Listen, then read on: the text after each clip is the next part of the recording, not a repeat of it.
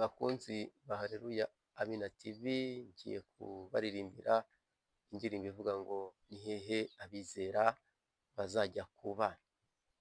Hano mu ino si nta hantu ho kuba, nta hantu hatagera uburwayi, nta hantu hatagera intambara, nta hantu hatagera inzara, nta hantu hatagera ibibazo, ariko mu ijuru ku Mana niho hari amahoro yuzuye, niho hari ubuhungiro bwuzuye, niho Imana ibasha kubana nawe iteka ryose ukahaba mu mutekano.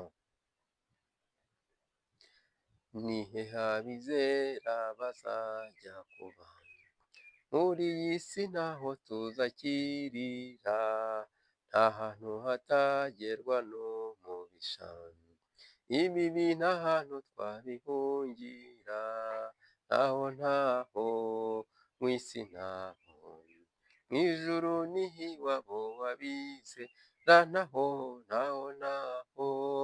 mu isi ntaho, mu ijuru niho iwabo w'abizera, tuzimuka mu isi tugera iwacu, naheza twubakiwe n'Umukiza, ku Mana yacu hari amazu meza, yubakanywe isuku tutarabona, niho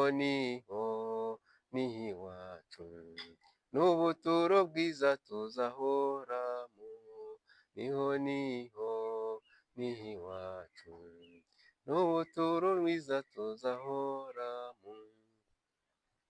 Yesu niwe ugira amahoro meza, urupfu n'ibyago niwe ubitsinda, abashaka ubugingo budashira, nimumwizigira azabarengera, muze mwese dushengerere, mu ijuru tuzimana n'Umukiza, muze mwese dushengerere, mu ijuru tuzimana n'Umukiza, muze mwese dushengerere, mu ijuru tuzimana n'Umukiza. Imana ibahe umugisha, ndabakunda cyane.